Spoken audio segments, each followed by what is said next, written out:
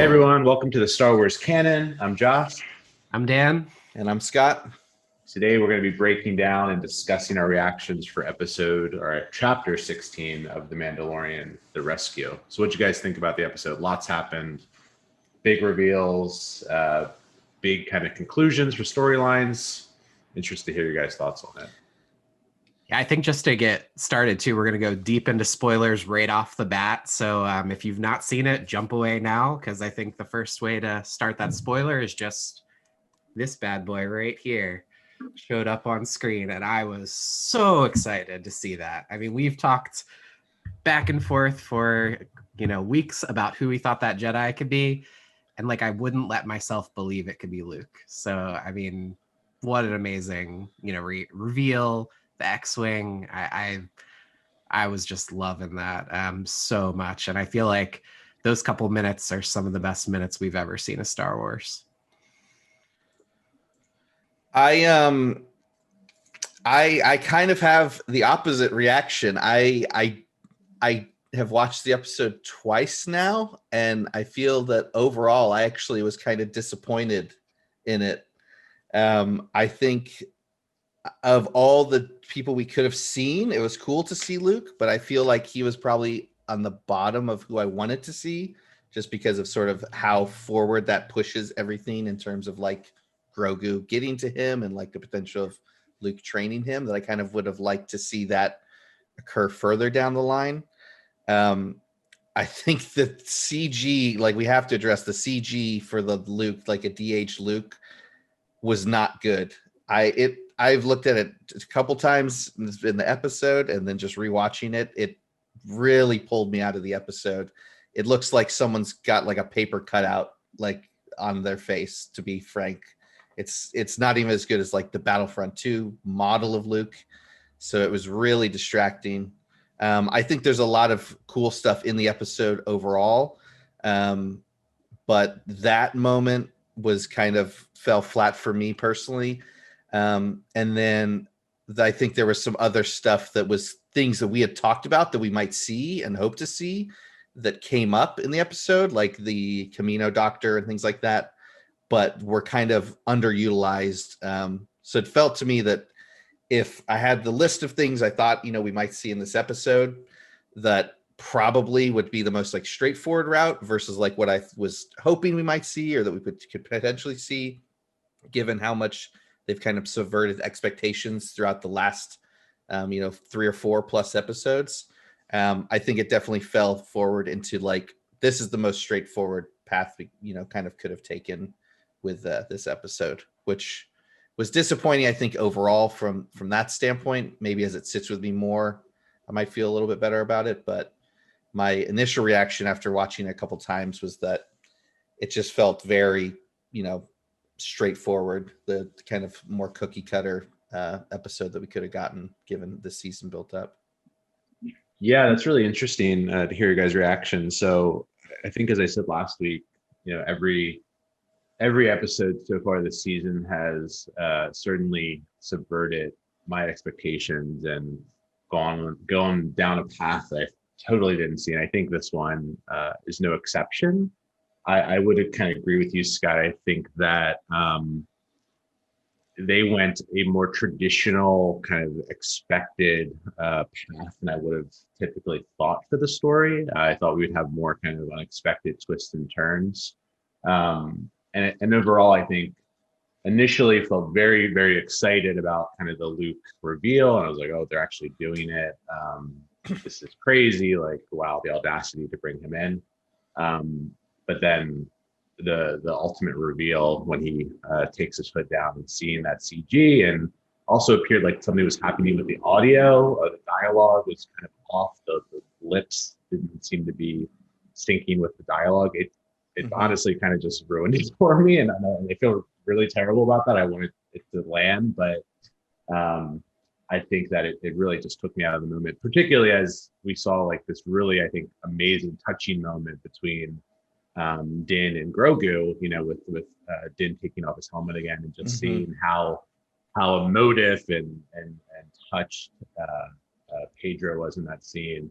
And then going back to the Luke that was clearly just super uncanny valley was hard for me. I don't know what the issue was, but it seemed that this was the weakest of like the de-aging CG that we've seen, at least in Star Wars so far.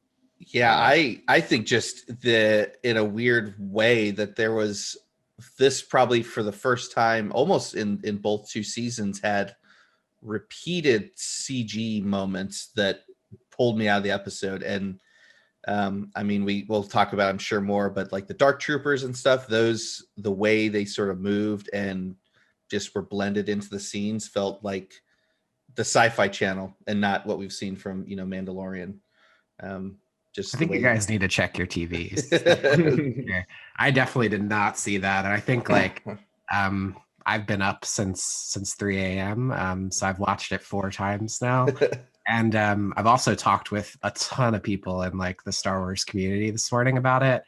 And like, I'm afraid you're on the wrong side of history on this one. This is the Yeah. opposite side of The Last Jedi right here. I think the name of the episode being The Rescue is the Luke Skywalker, I'm here to rescue you. Like it's revealed from that line. And I think like we're finally seeing what people were so pissed about in Last Jedi. Like we're seeing Luke at his max potential. I think the CG side, I definitely wasn't seeing that on my TV. And I like stopped it. I froze it after I saw a couple people talking about that. But I could see that being like potentially a complaint area for people to look at. But it's sort of like, who cares? Like that's like the least important part of what you're seeing there. It's like, this is Luke at max potential doing what needs to be done. Crushing a dark trooper, like slashing through an entire garrison that we just determined that Din could barely survive one. I thought it was amazing. And I think as far as subverting expectations, it totally did that. I mean, I think like I in no way expected Grogu to leave at the end of this episode. I mean, that was a huge moment. And seeing Din just like his heart ripped out, like is just devastating to see that. And it leaves me in a spot like, where are they going? Like, I mean, it's a totally different show, which maybe, I mean, once we get to the talking about the after credits scene, it might actually be a totally different show. Because as we talked about death predictions, it wasn't like they died, but they might be gone for at least a while for us. It puts them in spot. Yeah, I think it's it's a good parallel to The Last Jedi. I would expect, and I've been seeing this a little bit just reviewing Twitter, that the episode will be divisive. And I think to your point, Dan, like, does it matter? I certainly think, awesome to see Luke at his kind of pinnacle of power. And I think that probably was included to address some of the backlash that fans had against seeing kind of the version of Luke Skywalker we saw in the sequel trilogy. I do think though that the best Star Wars has obviously great action, but also ties into that kind of that human element, and particularly this story has been about over the last 2 seasons, Din and Grogu and their relationship. And I feel like that was to be the finale of this episode for this season, and also to kind of wrap that story up. I think that the episode overall didn't give that story enough focus. It didn't highlight that enough for me. I'm sure maybe for other people it works and it does what they want it to do, but I felt just like we got a lot of dark saber information, which while was interesting and cool, again, I felt like that's secondary to what we should be caring about, which is Din and Grogu. And particularly with the Luke scene, again, I feel like beyond just the CG, that whole kind of the way that scene was written and played out to me just felt very awkward and strange. Like Luke gave no explanation of like, hey, I'm Luke Skywalker, this is what I'm doing with Grogu. Like it just felt odd, and I think that was increased by the awkwardness and kind of the uncanniness of the Luke CG. I've seen it only twice. I haven't seen it 4 times, but I was really hoping on the second viewing that it would improve for me, and unfortunately, I felt like that just again kind of killed it for me because it didn't look like a real person. It looked like a video game cutscene, unfortunately. Yeah, I liked the seeing Luke in action. I'm a little mixed on how obvious the foreshadowing was that it was Luke versus like had we just gotten then like the hood drop down and being at Luke. Like the solo X-wing flying in was like, okay, it's gonna be Luke. And then you see a couple troopers get killed, and then there's a very obvious shot of his hilt, and it's like, oh yeah, that's Luke. Like we know whose lightsaber this is. We've seen this. So I wish they had done that reveal a little bit better. The seeing him in action, um, I wish it wasn't against the Dark Troopers, because then it was another thing where like I feel like the way the Dark Troopers were used and moved just felt a little awkward. But there was a lot of moments that it was very akin to the Rogue One Vader scene of just like, here's someone that's all powerful going through and just cleaning up. So I really did like that. But yeah, as soon as the hood dropped down, I mean, I watched it twice, once on a 4K TV, once a second time on a second 4K monitor that I'm like 18 inches away from. And it really stood out. I mean, especially like, yeah, the disconnect between the voice and the lips basically almost just look like it's like a slit of paper, like moving, like it's very funky to me. But yeah, I agree with you, Dan, that I feel like it did subvert expectations in that Grogu was gone, and like who knows when we'll see Grogu again. Like he could be, this could be he's with Luke and gets killed by Ben Solo, and we never see that, like when Kylo Ren takes out, Luke's academy. But I do feel like we were saying in some of our other when we were talking about the previous episode and some other stuff around like what could happen, with like Gideon, like, and I was saying that like I don't think Gideon's done enough maybe to earn his death. Like I feel it felt very unearned, the like coming in and taking him and going within a matter of seconds. And sure, like I think it was a nice like almost cliffhanger, and it left a lot of unanswered questions. But at that moment especially just didn't feel earned, and yeah, felt very awkward of like no introduction, of just like say goodbye, we're leaving. Well, I think like I don't know, like what that wouldn't missing the happen. point, like of it in general, that like the finale of last season set us on this mission. So like to say we've not earned the Jedi reveal is definitely not what the show's been about the entire season. It's been, how do we find this Jedi? Where are the Jedi? How do we get to them? Then we get to the episode with Ahsoka, and she's clearly saying like, you got to go to Tython to find another Jedi. They've been setting that up for weeks. Like I think the expectation that a Jedi was showing up was definitely our main discussion we were having about what was that, who was that. I think the thing that surprised me was that we didn't just get the reveal, we got the like completion of that. And I think that that's probably because of the direction of season 3, that they're going to take us on a new path and a new adventure. But Luke needs no intro. Like, yeah, that's crazy. I mean, I think the X-Wing needed no intro. The moment you saw Red 5 flying by, it was like, that's Luke. Like, I mean, I think anyone who questioned it was like, that's clearly going to be Luke Skywalker flying in here. But I think for introductions, like, yes, we as the audience know Luke. Like everyone watching the show knows Luke Skywalker, but he has no connection to any of those other characters in the room. So to have that happen in that way, and again to have Din and Grogu be reunited and then immediately kind of wrap that up and kind of not have more explanation of like, where's Grogu going, what's the plan here. I just felt like it wasn't handled in a way that to me seemed believable or plausible, and was more prioritizing fan service over the story. Like it didn't feel like it actually fit the story in a realistic and satisfying way. Yeah, that was going to be what I was saying, is that I feel like I maybe disliked the execution and sort of fan service treatment and the way it was executed rather than like what happened. I feel like what happened could have still happened, but been executed and portrayed in a way that didn't feel like, hey, yeah, like you don't have to introduce Luke because we all know who Luke is. But from like a contextual standpoint, like it was very bizarre,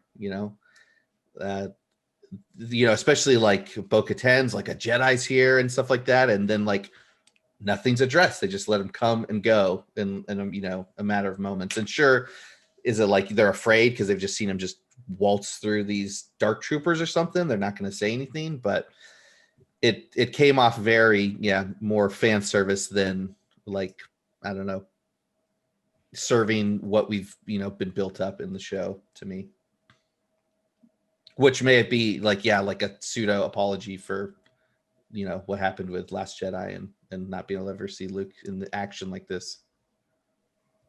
I think it's exactly how Luke was in the expanded universe, Heir to the Empire. Like it's totally in line with the expectation that they established in the past. And so I think, like, again, you spend some time, I think, just seeing the reactions on the internet. I feel like in general today was the most unified I've seen the Star Wars audience in the entire time Disney's owned it. So it's just interesting. I think I was seeing IGN did a survey earlier. 92% of people had it as a 9 or a 10 as the best episode that they've seen. I think, like, in general, this will be the thing that is viewed as the rescuing of Star Wars in many ways. Like, it's this season, I think, is in general, but that was the cap to it.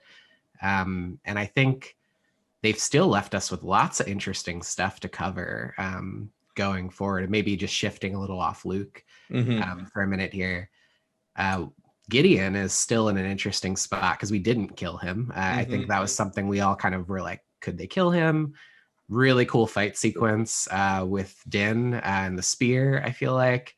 But also showed that Gideon probably wasn't quite as tough with the saber as like he was building himself up to be. I feel like watching his fighting style, and it was clear clash between that and Luke. I mean, Luke is just like eloquent, pure samurai level, classic Iaido fighting style. And then you just see hacking by Moff Gideon. Yeah. Like, he's like rage mode hacking again at Din, and Din just flips the saber out of his hands and wins. And you're like, wait, what's going on here? Like, what's the end game? And I started to wonder about the dark saber at that point. Like, I mean, he won it in combat, so what does this mean? And I definitely wasn't expecting the Bo-Katan like controversy to start there. Yeah, Right. I thought the stuff with Gideon was great. I think his like monologue that he has where he's one, like it played into the fact that we were, I was going into this, feeling like they could, pull anything goes, so the moments where he's holding the dark saber above Grogu's head, I was like, if they could like do something to harm Grogu or, do something like permanent damage, to Grogu. And then like Gideon's monologue was so great, and it was kind of a fake out. And that fight was great in that it was kind of very like hack and slash rough, but they set up sort of the danger of that dark saber being held above Grogu's head so much that then as soon as he started fighting Din, I was like, I mean, are we gonna see Din lose a hand? Are we gonna see him lose an arm? Like, he's blocking with the Beskar, but it's not covering sort of every piece of his body. There's joints and other things that are open. So you really felt for Din in that moment that there could be some loss there. And then I think another quick moment that was back to back that was really telling of Gideon is he tries to shoot Grogu and Din jumps in front of him, and then he tries to shoot himself. Like he's basically like this. That shows Gideon's dedication to it all. That one, he knew he was the only one that could tell that the ship is coming, and like the way out of this is to go be with Grogu in this moment and use the dark saber as best he can. But he also knew that should he like lose that fight to whoever came to get him, if Bo-Katan or any other Mandos were there, if it was who he thought it was going to be, that it would set up this like odd honor thing that the dark saber now belongs to Mando and not Bo-Katan, and that's why she kept saying he's mine. And then you had this thing of like, if he can't kill Grogu, he's just going to take himself out, like all for the mission. So I thought the way they treated Gideon was really interesting, and it was enough where I think I'd said before that like they could do a lot with Gideon in a short amount of time that could like earn him a death if they were to kill him off. And so I love that actor and I love that character, so I'm glad he didn't bite it, and will likely somehow make a return potentially at some points in the future. But I feel like they did actually a lot with his character, whereas taking shots at Grogu, if he had then like offed himself or something like that, like they probably could have earned that death if they wanted.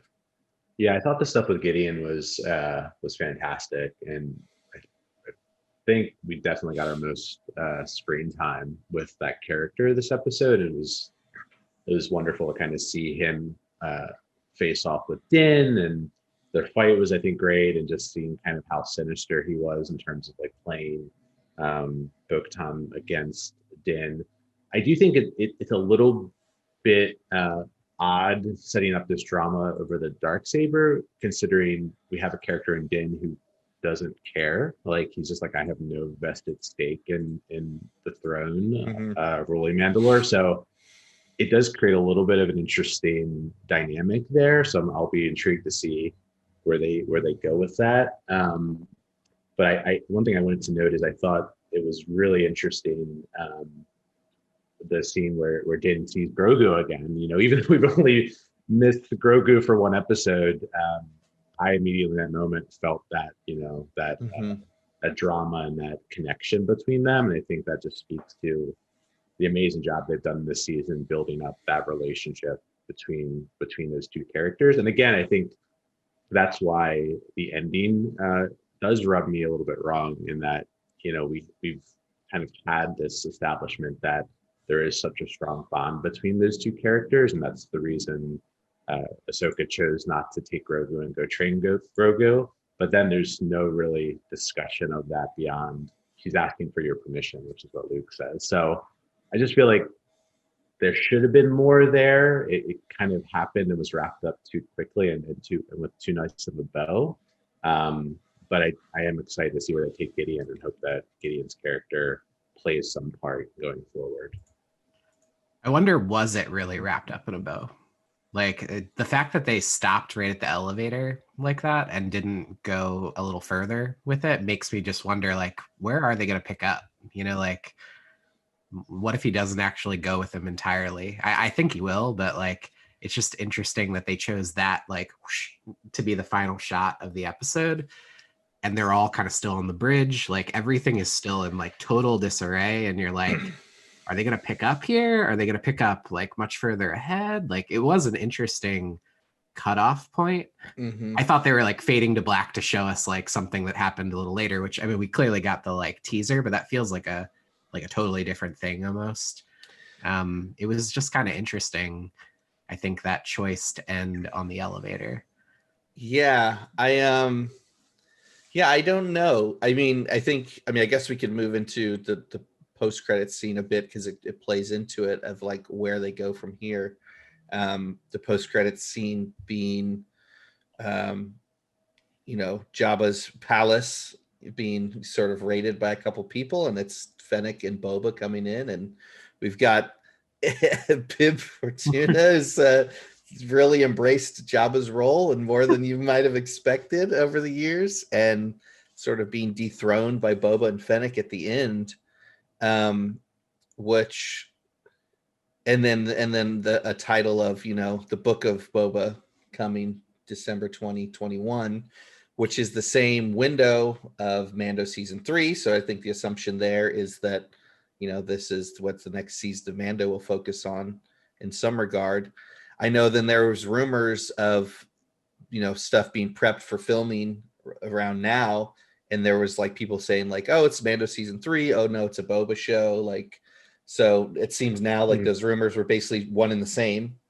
So where those rumors were coming from, is that because people were seeing Boba Fett stuff being filmed so much and not really any Mando connections? So are we gonna have no Din in some episodes, less Din? Like where's the focus gonna fall on this? Yeah, that's season? Interesting, Scott. So you're saying that you think it might be one and the same as opposed to two shows. I think that's why we didn't get a Boba show announcement, is I think that, and there was all these people saying like, well, no, they're getting prepped for Mando 3. Favreau said like, oh, we're getting prepped for Mando 3. And then, people leaking stuff from the sets were saying like, well, we're only seeing like Boba Fett stuff being prepped right now and things like that. Like a Boba show is coming.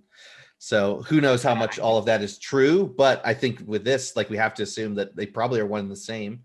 I think it'd be crazy not to have Din, in there, but show up. Yeah. How much, we might get some dedicated like Boba episodes within the Mandalorian. And that would play into some of the things you've mentioned in previous discussions, Dan, of like the Mandalorian is maybe not just Din. It's not Grogu, and it's not It's the the people. creed. It's just everything that's related to all of this culture. That'd be really interesting to take like almost like an anthology-esque approach, and like next season of The Mandalorian is not covering Din the Mandalorian, it's covering Boba. And we still see Din come in, but they're kind of now, moving on to Boba, and then maybe season 4 is back to Bo-Katan, and now we're getting that story more focused. That could be a really interesting format. Yeah, I think that this is the only part that I wasn't like thrilled about. Like I love the scene. I mean, the scene was so fun and like pure fan service putting him on this throne and all that, but like the final shot was just fan service. Like, I mean, that's gonna be my desktop background for sure. But like I don't really want that to be season 3. Like I want it to be its own show. And I also got the sense, Scott, that I just felt like this is probably season 3. And that's probably why Grogu left at the end of the episode, and they kind of left us, it's a cliffhanger, but it was kind of, that part was solved for the moment.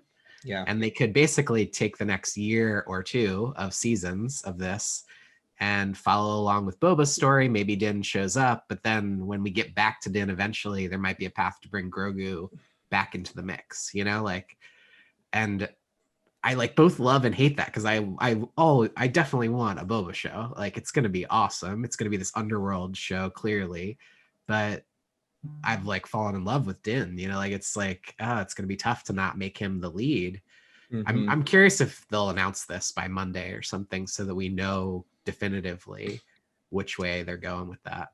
It does seem like that's most likely, given the December 2021 timeline, and that lineup with Mando season 3.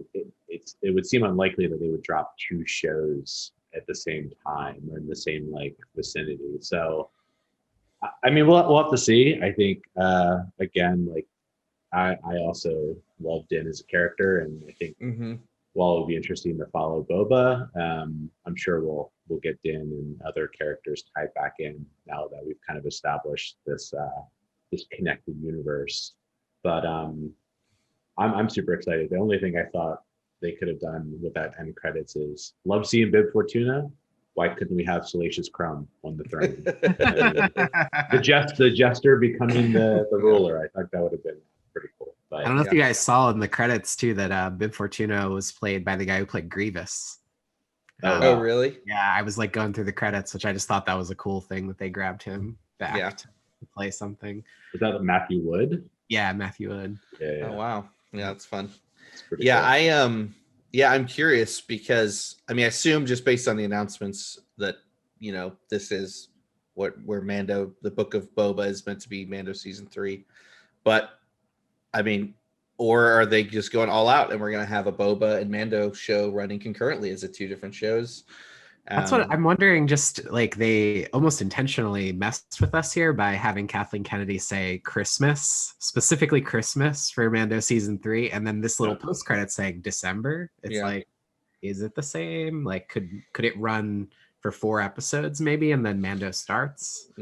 Yeah, it's they left us hanging for sure on what that is. Yeah, we didn't talk about this, but I think the stuff with Boba and Bo-Katan was really cool this episode. Seeing that tension and just that back and forth of the dialogue was great. Him calling her princess and clearly having this like this disdain for Boba and regarding him as a true Mandalorian. I'm glad they pulled that back in, because that was the big running question, right? Like, is he a Mandalorian or not? We thought that got cleared up in the previous episode when he explained to Din how Jango was a foundling, but now we see that there's this divide between the different sects of the Mandalorians and that tension there. So I'm really excited to see where they go. The one thing I continued to wonder about this episode, and it kind of made sense with the plan, but would have loved to see Boba come back in at some point in the episode and help them. He's clearly one of the strongest fighters on the team, so the fact that they just don't utilize him in these last 2 episodes is kind of a little perplexing. But I guess the fact that we're getting a more dedicated show with him is a good kind of trade-off for that.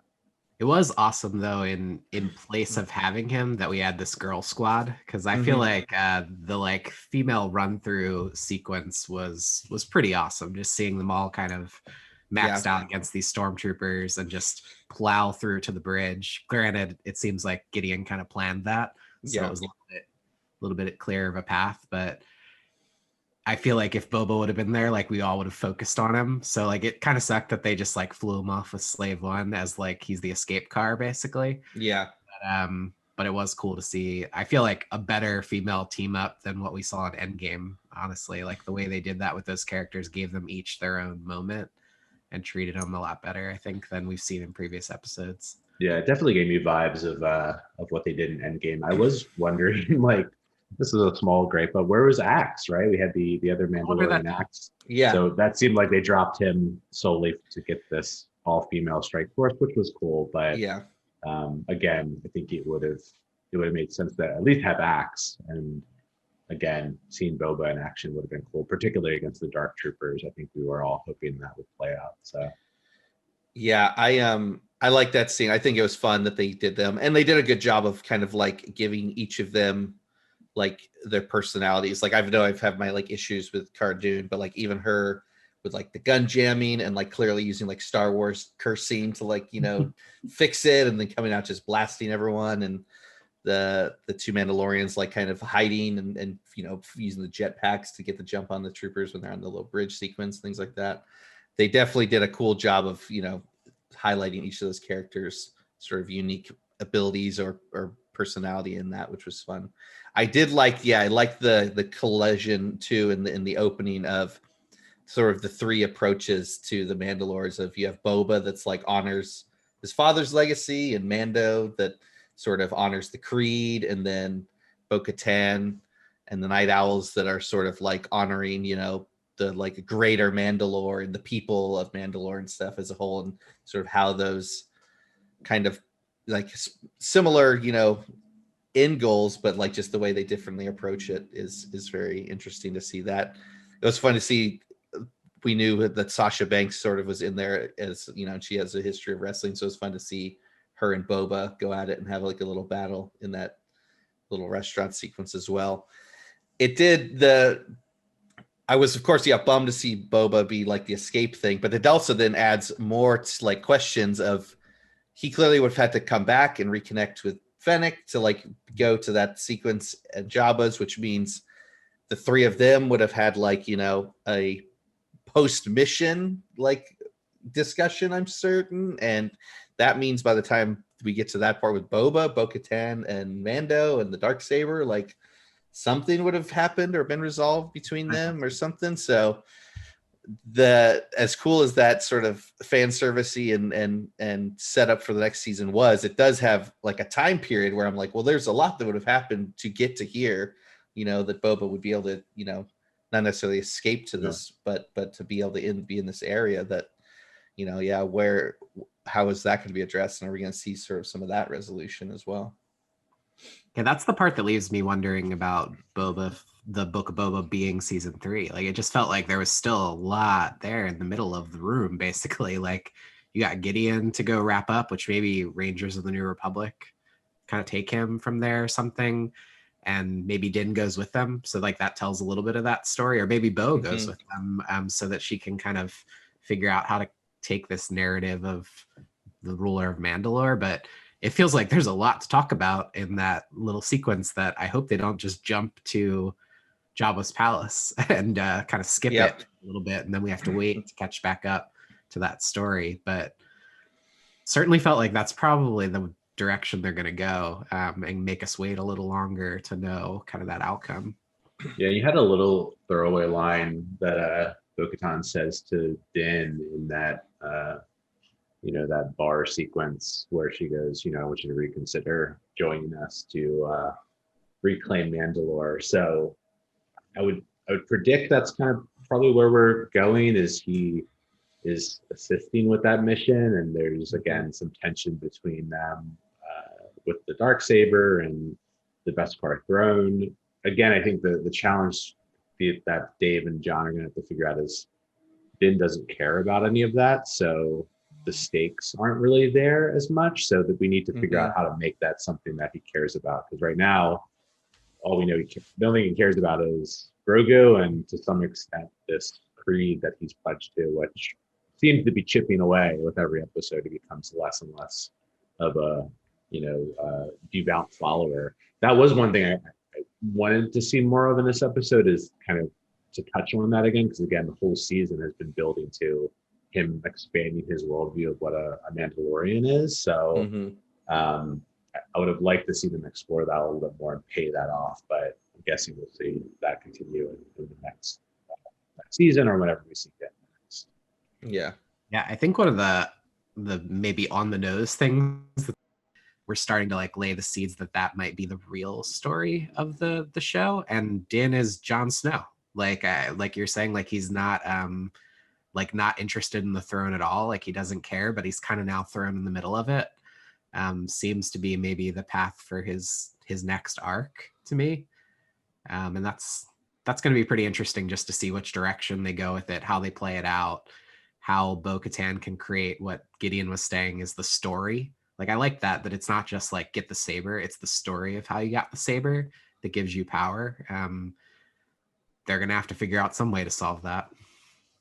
And I'm assuming too, we have to at some point, whether it's next season or seasons that follow, some reunion between Din and Grogu, given the line he says, I'll see you again, I promise. So really curious how they tie that back in, given that Grogu's now with Luke. I know there were a lot of rumors kind of leading up to the season of The Mandalorian that we would see Luke, and that we'd actually get Sebastian Stan playing Luke, and maybe at some point see more of a Luke focused series or have him be more recurring. So that'll be interesting to see what they do there. I was again kind of stunned that they didn't recast the role. I think they could have. I really was hoping when he pulled the hood out that it would be Sebastian Stan in the role, and I think that would have worked. They've already recast, Han Solo, so I feel like people are ready to kind of accept that. So I'll be interested to see where they take that going forward. Will they stick with the kind of the de-aging CG? Will we actually get another actor in that role if we're going to see more of Luke going forward?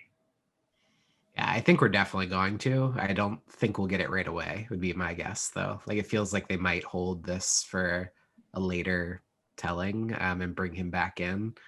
But I mean, Luke is going to be what everyone is talking about for the next couple months, I think, in general. I mean, I know I'm bringing it back to the beginning here, but like, I have to, on behalf of most of the fans out there, that like, that scene is going to be considered the best scene in Star Wars. Like, while the hallway part of that, like it was Vader at the next level from Rogue One, and watching him, like I said, crush a Dark Trooper, like, oh, that was just like that's stuff you imagine when you're a kid playing Dark Forces. Like it's wild to see that come to be. And I also think we didn't really talk about this part, but R2, like R2 reveal was adorable and also gave me the feeling of like, wow, they really messed up with R2 in the sequels. Like, look how much more feeling you got out of that little doot doot doot doot doot from R2 than you did really all the treatment they gave him in the sequel trilogy.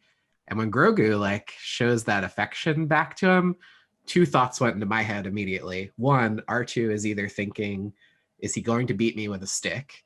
Yeah. And two, did they know each other? Like, that's the other part. Like, I mean, they really could have known each other at the temple, which could be also a very cool little like side bit of story there. Yeah. Yeah. I wondered the same thing about the R2 reveal, if there was some connection between the two. I think though, for me watching it, again, it kind of felt like, okay, it's cool to see R2, but do we need this? Is this essential to the story? And I think, yes, I think again, most people are gonna really enjoy this episode, and it's certainly like a nice hit of nostalgia to see Luke. Everyone loves that character. But again, I'm just not quite sure from a story perspective if it worked. It could have worked, and I'm not like, I think I'm with you, Scott. I'm not saying that the idea of bringing Luke back wasn't a good idea. I just think the execution of it and kind of how it played off in the episode was was a little bit superficial, honestly. It didn't really, I think, connect to the larger kind of themes and storytelling devices that they've done so well with, particularly in this season. So I hope that they explore that more in the future, and we get kind of more in-depth dive. But yeah, we'll just have to see where we're going from here. Awesome. So I know one of the things we haven't yet talked through actually was the very first sequence of the episode. We had the Imperial shuttle come in, which was just cool to see one of those again, but gets hit with the ion blasts and they board it. And we've got, the doctor, and then we have these two pilots. And I thought the one pilot in particular was, it continued that evil feeling, that like grimy feeling of the Empire. And he even, I think, called like Kara a terrorist at one point. And I just thought that scene was a pretty interesting world building scene. What did you guys think? I love that scene. I thought, I'm with you, Dan, that continued the trend of having really good performers portray Imperials during the season. So you really felt like he was a true believer. I also like that he got a blaster bolt to the face. That was a pretty cool death. And then related to that, it was cool to see Dr. Pershing back. I do wish we'd kind of gotten more of him in his role, and overall just like what was the cloning plot. I'm assuming that's going to be explained at some point in the future, but felt like that was another thread that wasn't necessarily tied up at the end of this season. Yeah, I really like those two shuttle pilots that you had them juxtaposed next to each other, of one that was just like, hey, like, we're good, like, take him, like, I don't care. And then the other one that definitely echoed sort of some of the stuff we talked with the Believer from last week's episode of like, this person is, in the remnants of the Empire, is still a diehard Imperial, and, probably knows this is not going to go well either way, and spends his final moments, just trash talking Alderaan and trash talking the rebellion, and, doing what he can to sort of stand up for his beliefs in that moment, which I thought was really cool. And I agree with your statement, Josh, that, they've been really doing a great job of casting people that are used for Imperial parts. I was stoked that Dr. Pershing was there as like, we have this, Camino scientist again, but that role and use of that role could have been anyone. It could have been, any other Imperial officer of any kind. I was a little disappointed we didn't get, like, this was a clone scientist and we have a clone on Slave One, and we didn't see that interaction or anything like that. I assume they still have Pershing, and we know that Pershing was, somewhat, I guess conflicted in season one with like the way, having to extract stuff from Grogu, and he's still with the Empire, and maybe that's just that he feels trapped and kind of stuck, doing his job.